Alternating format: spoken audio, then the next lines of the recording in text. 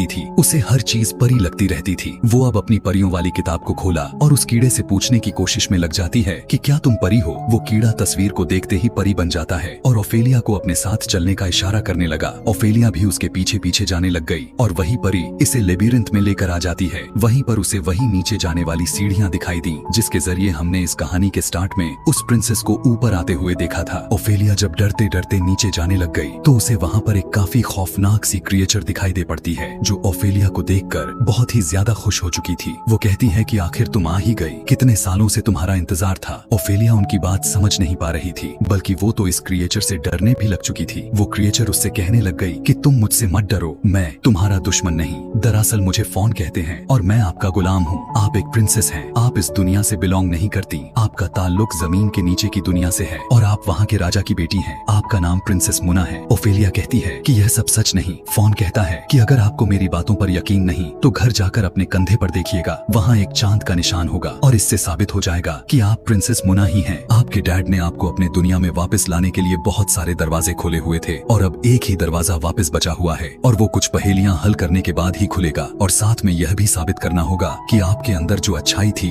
वो इस दुनिया में आने के बावजूद भी खत्म नहीं हुई। जब आप यह सारी पहेलियां हल करके टास्क को पूरा कर देंगी तो उस दुनिया का रास्ता खुल जाएगा और वो दरवाजा तभी खुलेगा जब आप यह साबित करेंगी कि इस दुनिया में आने के बाद आपकी अच्छाई खत्म नहीं हुई। और इसके साथ साथ आपको 3 पहेलियां भी हल करनी होगी। यह सब करने के बाद आप अपने दुनिया में वापस जा पाएंगी। यह कहकर वो फोन उसे एक किताब देता है जो यहाँ पर बिल्कुल खाली थी। फोन उससे कहता है कि जब आप बिल्कुल अकेली हो तभी इस किताब को खोलिएगा। अब वो छोटी परी उसे यहाँ से अपने घर का रास्ता दिखाते हुए घर ले आती है और घर आते ही ओफेलिया अपने कंधे पर देखती है, वहाँ सच में एक चांद का निशान बना हुआ था, यानी वो फोन सच बोल रहा था। अब ओफेलिया जब उस खाली किताब को खोला तो ओफेलिया के टच करते ही उसमें वर्ड्स आना पैदा होने लग जाते हैं। उन लफ्जों से उसका पहला टास्क पता चल जाता है कि उसे इस घर से कुछ दूरी पर जाना है। वहाँ एक बहुत बड़ा एक अंजीर का पेड़ है जिसकी जड़ के अंदर एक बहुत ही बड़ा मेंढक है। मेंढक के आसपास 3 गोल्डन कलर के बॉल्स हैं जो वो उसे मेंढक के पेट के अंदर डालनी है। उसके बाद मेंढक के पेट से एक गोल्डन चाबी निकलेगी जो उसे हासिल करनी होगी और यह उसका पहला टास्क था। पहले टास्क को पूरा करते ही वो मैजिकल ट्री दोबारा से हरा भरा हो जाएगा जो मेंढक की वजह से अब सूख रहा है। ओफेलिया जैसे ही फौरन से वहाँ जाती है तो उसे वो ट्री मिल भी गया था। अंदर इतने बड़े मेंढक को देखकर एक बार तो वो डरती भी है, लेकिन वो वहाँ दलदल के अंदर जाकर वो 3 मैजिकल गोल्डन बॉल्स को ढूंढ लेती है जिसे मेंढक के मुंह में डालना था। उन तीनों को मेंढक के मुंह में डालने के बाद एकदम से मेंढक बहुत बड़ी वॉमिट करता है और उसकी वॉमिट में से वो गोल्डन चाबी उसे मिल जाती है। इस तरह से उसका पहला टास्क पूरा हो जाता है और वो खुशी से घर वापस आ जाती है। वो जब नहा रही थी तो वो कीड़ा दोबारा उसके पास आता है और ओफेलिया एक्साइटेड होकर कहने लगी, मुझे दोबारा से लॉबीरिंथ में लेकर जाओ। लॉबीरिंथ में जाकर वो फोन को वह चाबी दिखाती है। तब फोन कहता है कि यह चाबी तुम्हें अपने पास ही रखनी है और साथ में वो उसे एक मैजिकल चौक भी देता है। कहने लगा कि यह भी तुम्हारे काम आएगा। यह सब चीजें लेकर वो दोबारा से घर आ जाती है और आते ही उस किताब को खोलती है। जैसे ही वो उसे टच किया